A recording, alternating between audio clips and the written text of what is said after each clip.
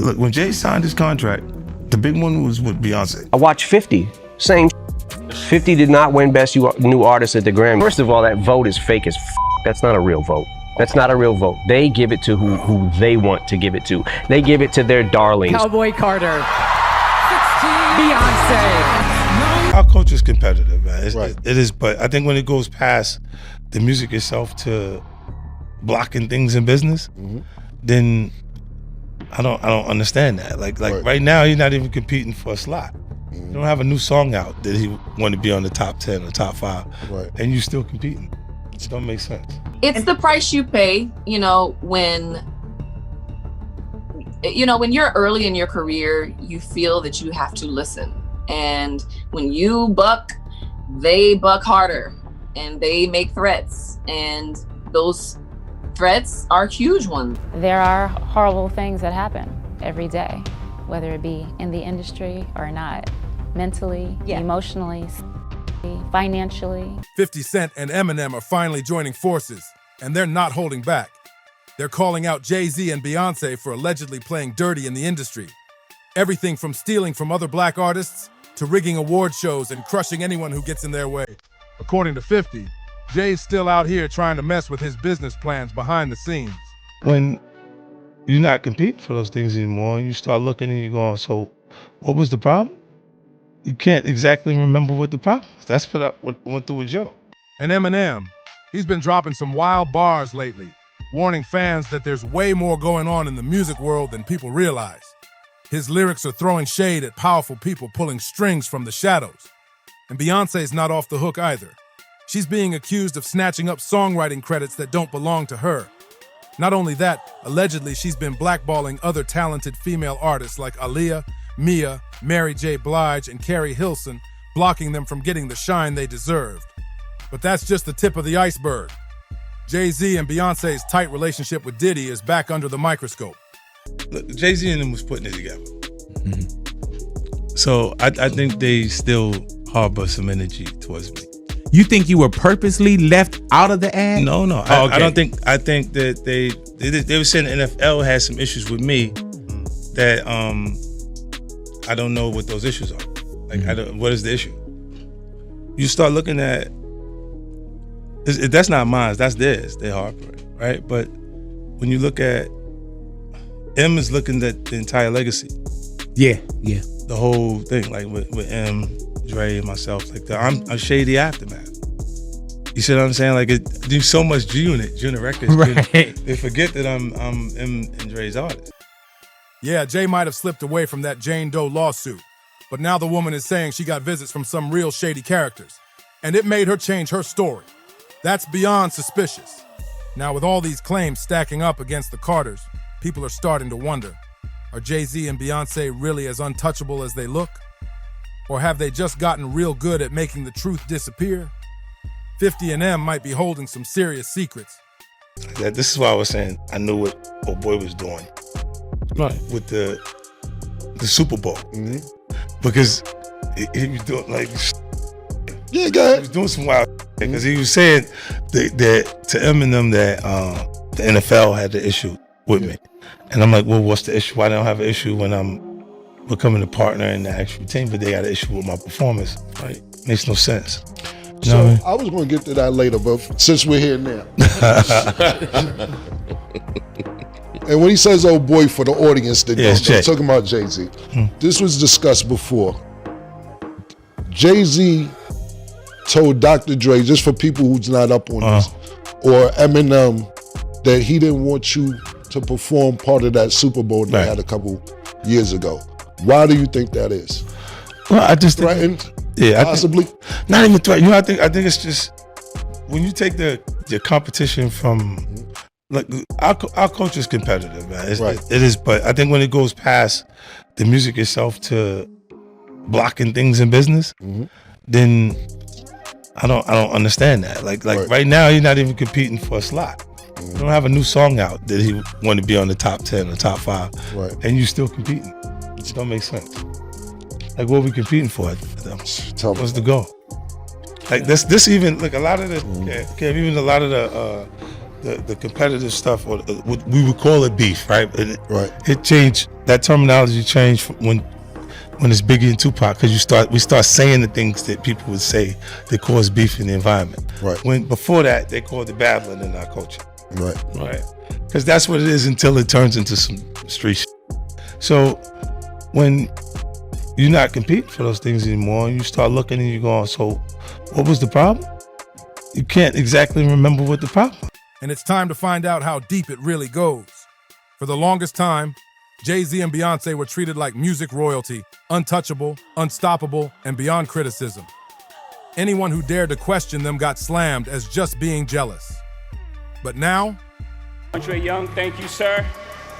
All the doors that you opened, showed us that we can be rock stars. Seeing you on the Rolling Stone. Obviously, there's Run DMC with the Leathers and the Aerosmith.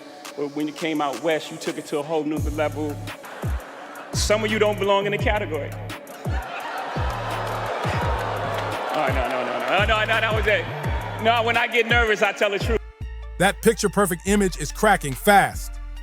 And leading the charge are none other than 50 Cent and Eminem. Let's start with 50. He's once again putting Jay-Z on blast, calling him out for being insecure, jealous, and straight up petty. And he's got receipts. Back in 2023, 50 claimed Jay tried to block him from performing at the Super Bowl by leaning on his NFL connections. But Jay's scheme didn't work because Eminem had his back and said he wouldn't hit the stage without 50. That's loyalty. Fast forward to a recent interview on Talk with Flea alongside Cameron, and 50 kept it real once again. He accused Jay of still playing dirty, not just in the music game, but in business too. Have a few Grammys, but you feel like you had to sell your soul to get them. And you didn't know if you wanted it for the recognition or the trophies, but then what's the difference? And that Grammys pretty much suck the blood of artists and nominate them, have them come to the shows. And which they do. They do it every year, yeah. And I'm just tired of seeing it. And for whatever reason, it's like they're always pitching this hint that you might win Album of the Year, which used to be a big deal. I don't think it's a big deal now. What's wild is that 50 said Jay has already proven himself, but he's still out here trying to sabotage his moves just out of spite. And it doesn't stop there. 50's now teaming up with Eminem to expose the Carters for allegedly rigging the Grammys. 50 even accused Jay of using his marriage to Beyonce to snatch up awards. Meanwhile, M's been warning people for years that the Grammys are all about money and politics. He's been saying it's a whole scam. I watched 50, same. 50 did not win Best New Artist at the Grammys. There was nothing bigger than 50. Nothing bigger, and nobody since maybe like Snoop came out the gate like that. My first album didn't do it. I never saw someone's first album and the wave happen like he had. And then he doesn't get it.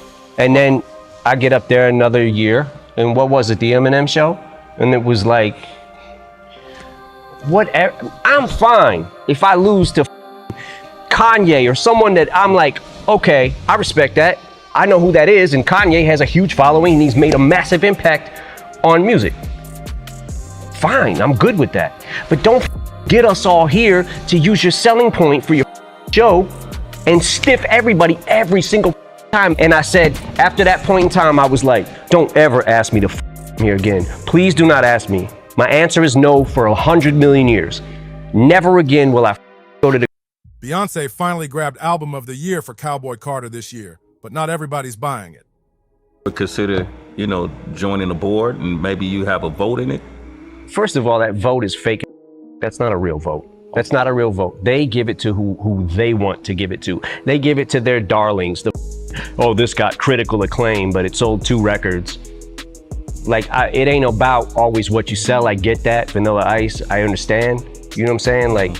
But there comes a point where when an overwhelming something comes along that has this wave and impact on music, and you give it to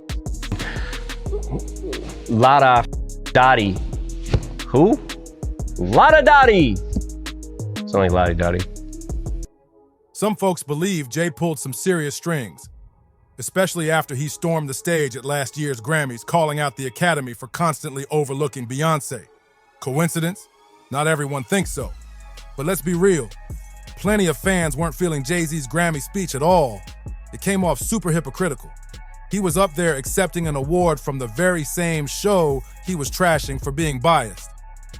Like, if you really think their opinion doesn't matter, why are you even there? When he started to receive the 16 Grammys since he's been with Beyonce. Right? And you go, prior to that, 1. Right. You see what I'm saying? So that came in association, like you see the kids even have Grammys. Like they don't sing yet. They don't sing. Right. They don't rap yet. And they already have Grammys. So it's like they give them this trophy so we secure that they're coming to the award show. It meant that much to the culture that they just gave them the things they would. Later, to me, I didn't care about trophies. I said, I'll get the check.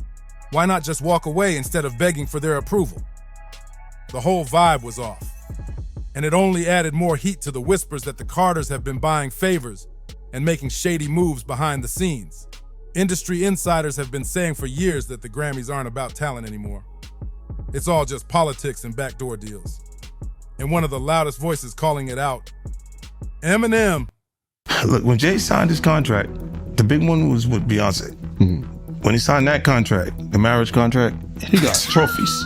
Now those fucking trophies, trophies came rolling in, buddy. He started getting Grammys left and right, man. I mean, look, if you look at his career, This guy. You're gonna let him say that? Jay was getting Grammys. He had one. Exactly. He had And one. he didn't show up. He has like 20 now. Hold on. He had like 18 since he's been down. Look, he had one, bro. Hard Knock Life. Hold on. You're not wrong. At the same time. He's like drinking. His pictures with him like thinks the cup. Wait a minute. So you're saying the success is derived from the marriage? I've absolutely been treated differently. The accolades. Because he's no marriage. longer viewed as what, like a street or gangster rapper. Now he's viewed as a businessman, entrepreneur, family man. And the biggest ones because of the position Beyonce's. Oh, wow. Right? You were connected to the biggest. Jay got. Oh, wow. So that's the deal. Yeah, that's the deal. Like, the other ones didn't count as much as that one did. M's been dragging the Grammys for a long time, calling the whole thing a setup. He even vowed never to show up again. And he's not just salty about losing, he straight up said he'd be fine with losing if someone else truly deserved the win. What really ticks him off is how the Grammys use his name for hype, acting like he's got a shot just to pull the rug out at the last second. 50 Cent's not staying quiet either. He slammed the Recording Academy, not just for being rigged, but for playing favorites. According to 50, Jay-Z's Grammy wins ain't about talent. It's all about his marriage to Beyonce. He claimed the Academy knows that if Jay and Bey show up, ratings will shoot through the roof. So they hand them nominations and trophies just to keep them in the spotlight. And 50 didn't let up. On the Flagrant podcast, he doubled down, saying Jay's whole come up at the Grammys is tied to Beyonce. He even called their relationship a straight-up contract. According to him, they might just be keeping up appearances to protect their brand and power moves. But 50's not the only one saying this. Multiple insiders have claimed Jay and Beyonce have been intentionally holding other artists back, making sure no one else outshines them. That's a bold accusation.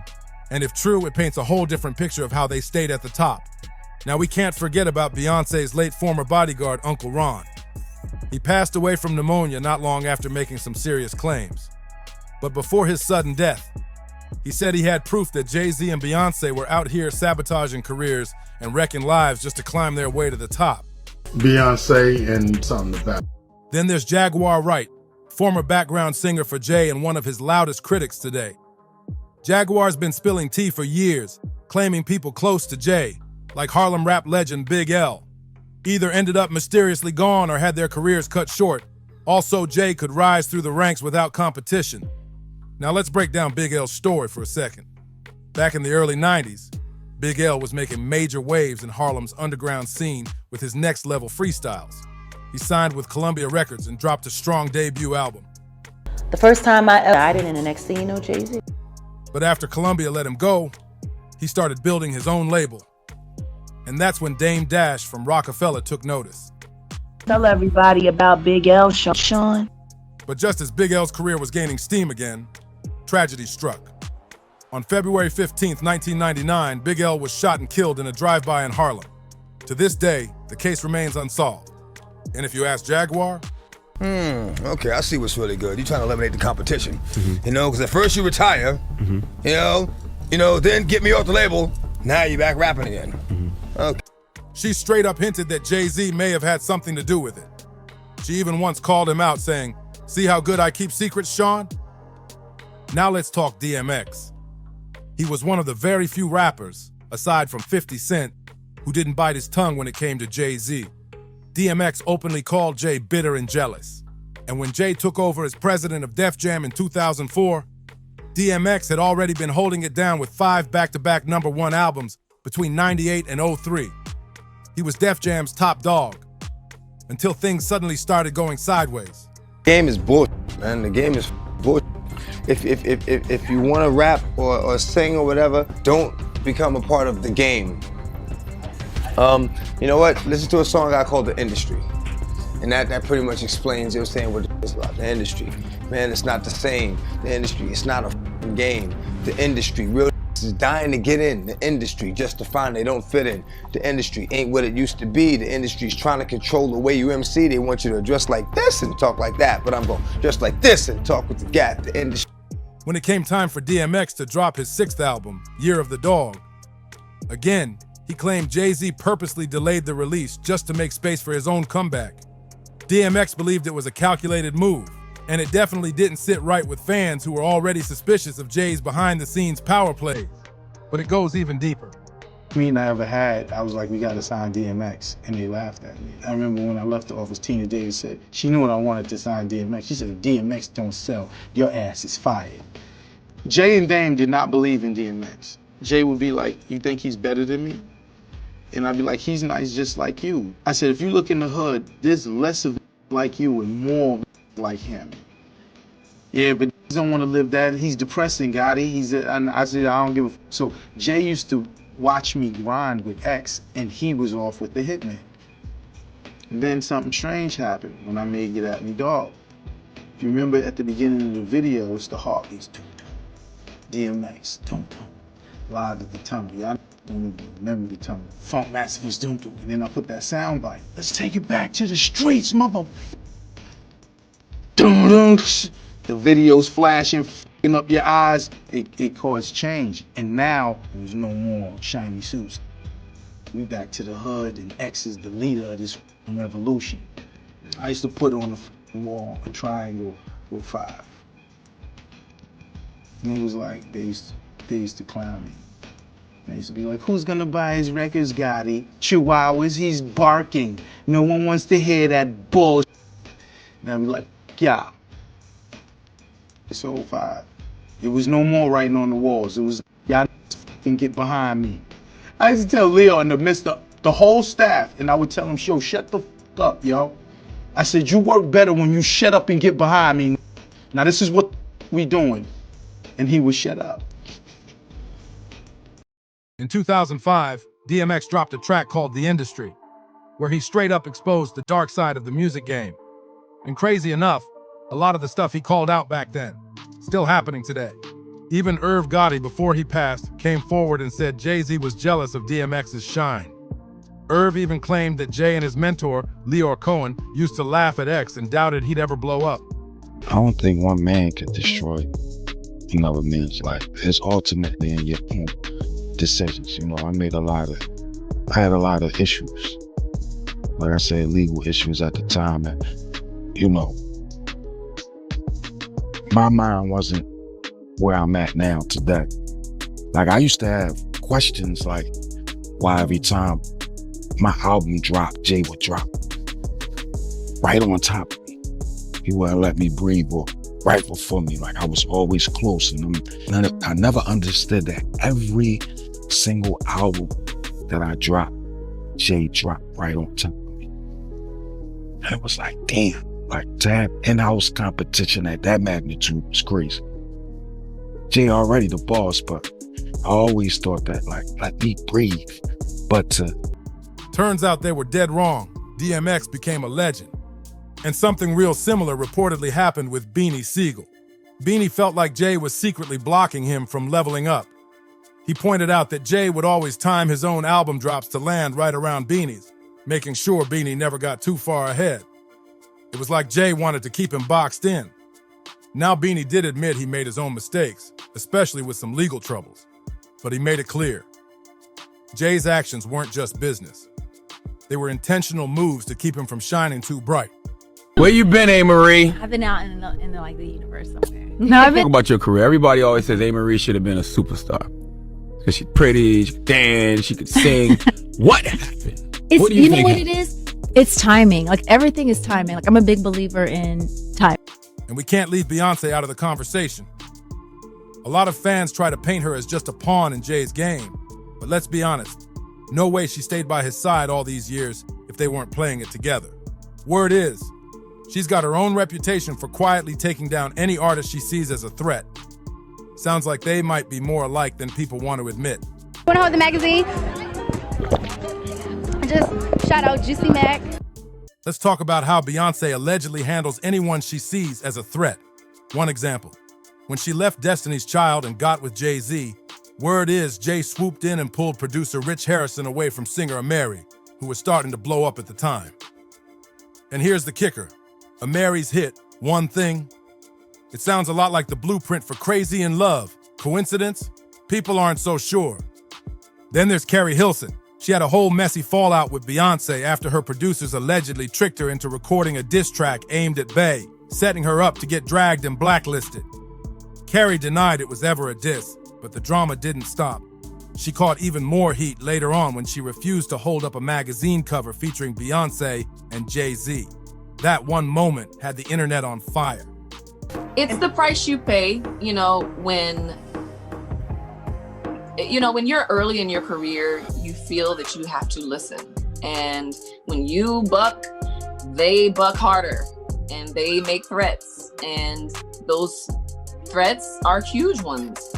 And you know what I mean? You don't feel like you have a choice. I really didn't feel like I had a choice. It was do this or this. But what really had folks talking were the rumors that Beyonce was pulling strings behind the scenes. Some sources claim she got Carrie's team to bait her into recording that track, sabotaging her rise while Bey played innocent. And in a 2020 interview, Carrie hinted that the rumors might be true, saying she was pressured to put the song out and received serious threats after it dropped. That's wild. Oh, and don't forget Kellis. She came forward accusing Beyonce of stealing after Beyonce sampled her hit song Milkshake without giving her any credit. It was another moment that had people questioning how far Beyonce and her team are really willing to go to stay on top. Kellis didn't even know Beyonce sampled her track. She found out just like the rest of us, on social media. She was shocked and called it flat out disrespectful. I heard about this the same way everyone else did, Kellis said. She didn't hold back, calling out the music biz for being full of people with no soul or integrity, saying everyone's been fooled by their polished image. Later, Kellis took to Instagram to break down exactly why she was so heated. She pointed out how rare it is to see successful black women in the industry, and said it cuts even deeper because she and Beyonce know each other. We've met, we have mutual friends.